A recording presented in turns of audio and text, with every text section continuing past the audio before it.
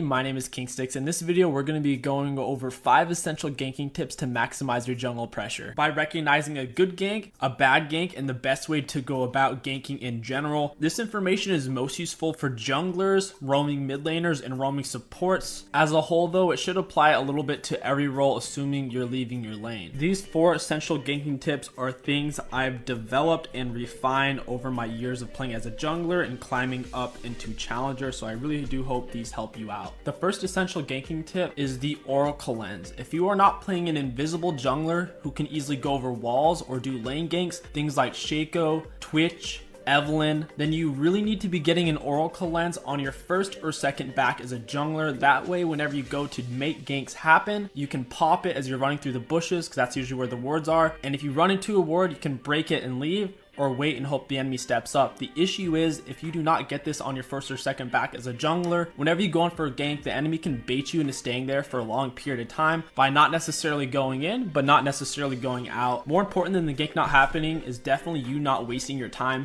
because without the Oracle lens on your first or second back, on a lot of these early ganks, you will be running into wards, you'll be standing around, wasting time, and potentially getting you or your teammates killed off of a counter gank since the enemies know you're there. Since most junglers don't have a long range dash, or they don't have invisibility to get around normal wards altogether, it is important that you get an Oracle lens no later than level 5, especially when you're level 6 and you have your ultimate up, you're ready to make a fat play. There's nothing worse than running through a ward or running past a ward and having your level 6 gank wasted. As a jungler, you'll usually hit level 6 before the bot lane does, so not being able to make good use of your ultimate is a really big kick in the face. The last thing I want to mention on this topic is there are a few junglers outside of invisible junglers that it's fine for them to hold on to their warding totem. Those are junglers who are reliant on wards for their mobility. Things like Jack's jungle, it's really nice for him to have the warding totem, that way he can jump away or potentially do a chase down. Lee Sin as well is relatively reliant on the warding totem for his mobility. In the past, with junglers like Lee Sin and Jax, they could still get the Oracle lens, but now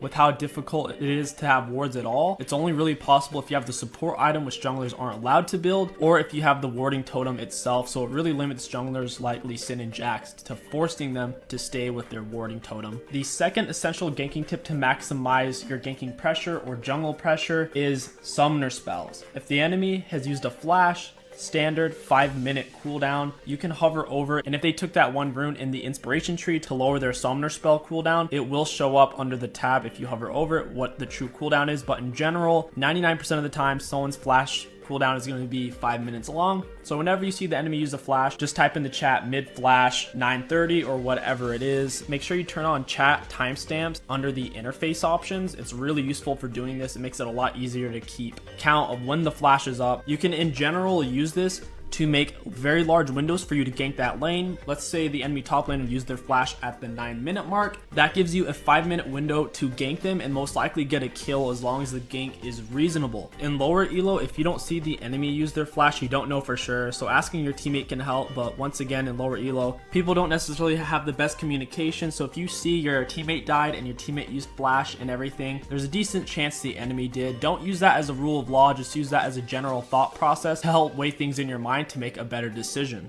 A lot of you are probably thinking, based off of that logic, then why wouldn't you just keep track of every summoner spell? A lot of summoner spells have different timings. It can become mentally straining and clog up your chat to try to keep track of all the timestamps. The best thing for you to keep track of is just the enemy flashes. By far the single most important thing for living from a gank is having your flash up, and if the enemy knows it's down, they can force a lot more plays on you. This is more prevalent than ever due to Riot buffing the turret damage this preseason 9 by a large amount. So the more turret shots you're taking, you have a much higher likelihood of dying than you did before in season 8 or in earlier seasons due to the turret's overall increased damage. The third essential tip for ganking is minion wave. Where is the minion wave at when you're ganking? Are your teammates under their turret with a large minion wave whenever you're trying to gank? If that's the case, whenever you go in for the gank, your teammates won't be able to easily follow you up, because if they do, they're putting themselves at a guarantee of losing the minion wave. Not only that, if your teammates are under their turret, they're most likely at lower health than the enemy since they're being forced and poked under their turret. The exception to this rule is if you're trying to gank while the enemies are diving your teammates,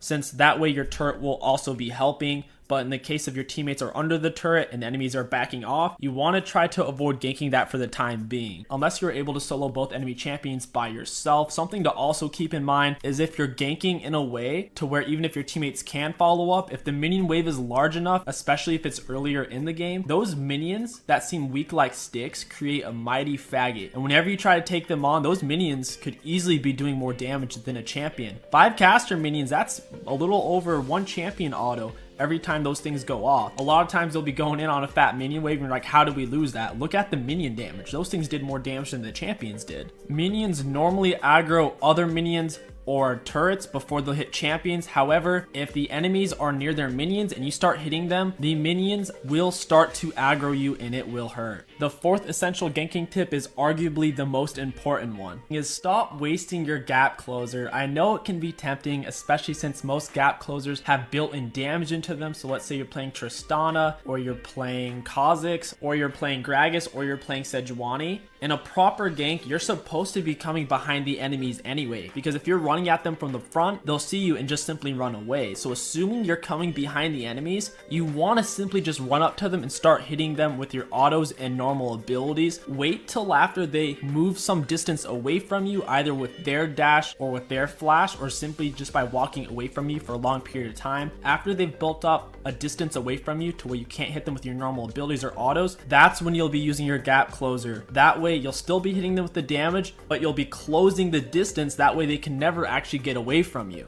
The exception to this rule is if you're playing a champion that has a very low dash cooldown that you can use several times in a given gank or pincer maneuver. A great example of a champion that has multiple dashes that should probably be used before the enemies necessarily start to run is someone like Kassadin. His ultimate's on a very low cooldown, especially once he has 2 or 3 points in it, to where using it to get to the enemy can be a very effective tool, since if they start to run or flash away from you, you can simply stay on top of them anyways. The 5th essential ganking tip applies to every single lane, and you can use it for more than just knowing when to gank. You can also use it for many more things, such as knowing when you are most likely going to be ganked, and also when you should rotate to specific locations, and many more things that we're not going to get into this video for time's sake. And that tip is using your F keys or clicking on your mini map for a more specific look at what's happening. A lot of you are probably saying, but why can't I just look at my mini map? I'm already used to it and I can still get a lot of information that way. Looking at your mini map is more of a tool to figure out if everybody is where they're supposed to be. So if you glance at the mini map, you see the enemy top laner's top, the enemy bot laner is bot, but the enemy mid laner is missing, so that can put you on edge and make you play safer. The minimap's only real function is to show you positioning of your teammates, the enemies, and minion waves. Other than that, you miss out on a lot of information. What kind of information, you might be asking? By looking at the minimap, you cannot see the enemy's health. You cannot see the health of the minions, which will predict which wave will outpush the other wave, so you can figure out who's going to be under whose turret, and you cannot necessarily see how many minions are in each wave. Before you go to gank a specific lane, ahead of time and during and slightly before, you should have an exact snapshot of what the minions' health are, of what the enemy's health is, and what your teammates' health is. The F keys are an amazing way to do it. Very fast, very quick. It definitely does take some time to get used to, since the F keys are at the top of your keyboard. You can reprogram them to be any key you want. Just go under the settings in League of Legends. It shouldn't be too hard to find. The default setting for the F keys is F1 puts the camera directly over you, F2 puts it directly over your top laner, F3 puts it over your mid laner, and F4 puts it over your AD carry, and F5 puts it over your support.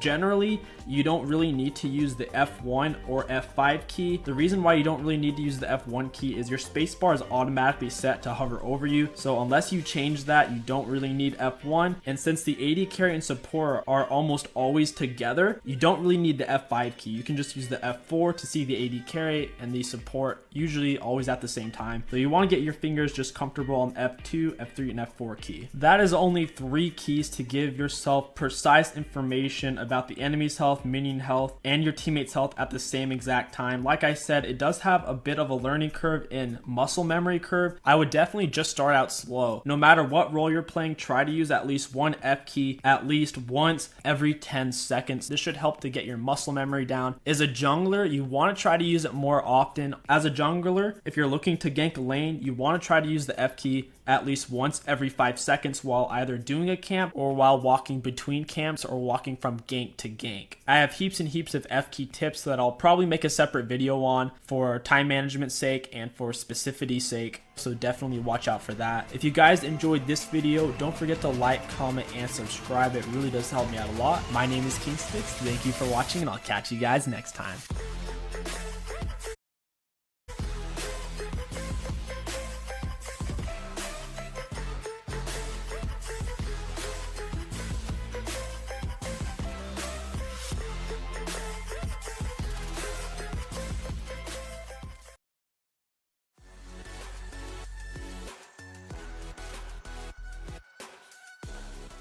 Hey everyone, and welcome. In this video, we're going to be covering the jungle route you need to know for Season 9. This guide is aimed not only to help junglers, but also laners, as it's an extremely aggressive gank-heavy route in the early game. We'll be breaking down not only how to execute this route, but also how to counter it later on in the video, so make sure to watch it to the very end. Alright, let's get started with a quick overview. We begin this path by getting a leash on our red. Afterwards, we gank the nearby side lane. Yes, we're ganking that early and it's only going to get more aggressive from here. Next, we take the nearby scuttle in the river. Once we've done this, we execute a transition gank through mid lane. Surely, this must be the end of the onslaught of our aggression. Nope. We then take the next scuttle in the river. After this, we have several options, the first being invading to steal the enemy's red and killing them.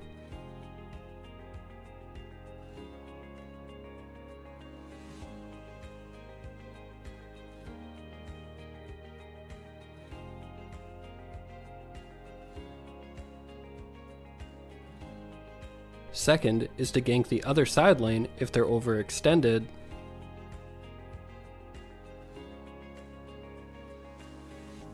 And lastly, we can go back to full clearing our jungle with our double scuttle advantage. Many of you are probably thinking that this seems borderline overpowered, and it absolutely is. This is arguably the strongest route in Season 9. However, not every jungler can do this route. You want to use it on champions with a strong level 2 in terms of ganking and dueling. The main examples of this are Camille, Xin Zhao, and Pantheon. All three of these champions offer early game crowd control while being strong duelers that can win 1v1 against the enemy jungler. Even though this path is really strong, it's not unbeatable, so let's break down exactly how to use this route as well as how to counter it. You want to start the game getting your early line of vision in the pixel brushes. This is absolutely imperative in the current meta. Ward the side you're starting on at 110 and get your teammates to ward the opposite side at 120. These wards will help scout what path the enemy jungler is taking and whether he's going to take an early scuttle of his own. I'll explain shortly what to do if he does. So we always begin by taking our red instead of our blue. Why is this? The red buff will not only make our auto attack slow, but also do damage over time. This will help our ganks hit harder as well as our dueling power at any early skirmishes over the scuttles. That being said, it's not only due to the different effects of the buffs. By starting at red, after we take both scuttles, we'll end in our blue side jungle. This is where our wolves and Gromp resides. These camps are much faster and easier to take than the raptors and krugs. So after doing red, we look for a gank on our nearby side lane. It's very important that you move through the tri-brush and not through the ramp near mid lane. This will help you avoid being spotted in the extremely common pixel brush wards we mentioned earlier.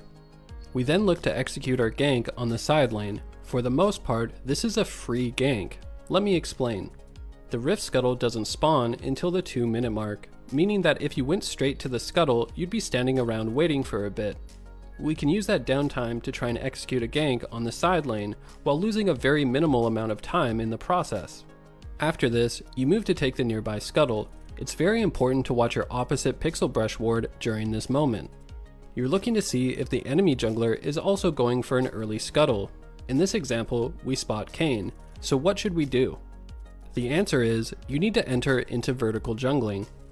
Vertical jungling can be best visualized if we split the map in half with a line through mid lane. One jungler will get the top side of the map, while the other jungler will get the bot side. Both of you will end up farming each other's blue side jungle as if it was your own. This results in clearing vertically from top to bottom instead of the usual horizontal jungling from left to right. So if we jump back into the replay, we know to take the enemy's blue, gromp, and wolves. It's important that when you clear wolves, you leave a small one up. This will delay the respawn of the camp significantly for the opponent. Some of you are probably wondering why we enter a vertical jungling scenario when we see the enemy jungler take the opposite scuttle early on. The reason is, the enemy jungler isn't able to defend their blue before you take it. For example, in this situation Xin Zhao takes the top scuttle while Udyr takes bot scuttle. Udyr runs to try and defend his blue, but by the time he gets there, Xin Zhao has already stolen it. On top of this, now Udyr isn't able to steal Xin Zhao's blue since he's so far away.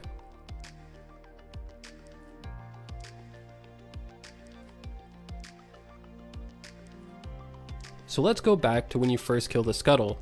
After this point, you're looking to execute a transition gank on mid lane. Our main goal is to get to the other scuttle as fast as possible. Moving through mid lane is simply the quickest path there. This is what makes it a transition gank. We're transitioning from one side of the map to the other. The gank is just a side effect of this process. One of the additional benefits is that it will often secure you priority in your mid lane. This will help you win a fight if the enemy tries to contest you at the scuttle. After taking the next scuttle, we can now decide whether we want to invade, gank the side lane, or go back to farming. In this replay, the enemy Lee Sin started blue, while the Camille started at red. This means that Lee Sin's red is still up. A lot of the time, when a jungler starts at blue, they will clear multiple camps such as Gromp and Wolves before getting to their red. When you invade, you're hoping that the enemy made the mistake of doing this, allowing you to catch them at their red, often securing a kill and stealing the buff. Another reason why this works is that the pixel brush wards will expire at 2 minutes and 50 seconds, so by the time you finish the scuttle, they will lose their early vision.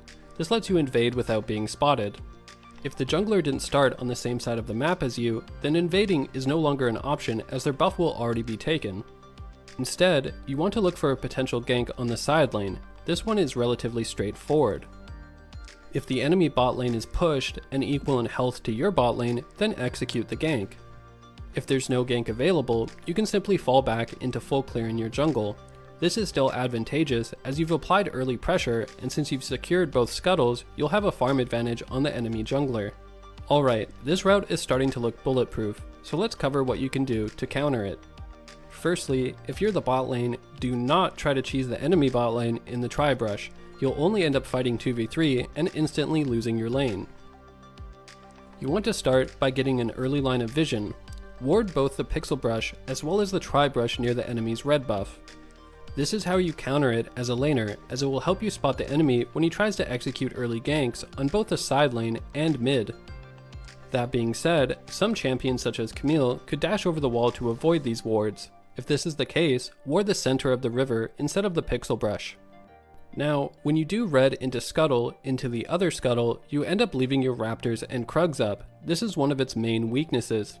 As a jungler, you can look to punish this. If you start red, you can take Krugs into raptors, clearing your entire red side.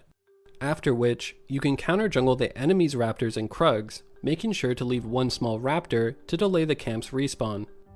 Since you've already taken your red side jungle, it offers no way for the enemy to invade and equalize. Alright, we went over a lot in this video, so let's recap. You start by taking your red into ganking a side lane. After this, you take the nearby scuttle. You watch the pixel brush ward on the opposite side of the map to scout if the enemy is going for the opposite scuttle.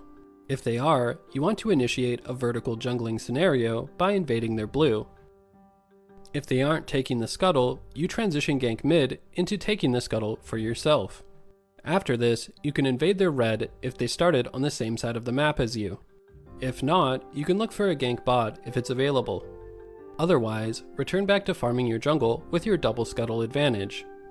The best way to counter this route is to get an early line of vision in the Tri-Brush and Pixel Brush on their red side. Additionally, junglers can look to clear their own red side jungle into stealing the enemy's Raptors and Krugs. Alright, what do you guys think of this jungle path? Let us know in the comment section below, as well as any questions you might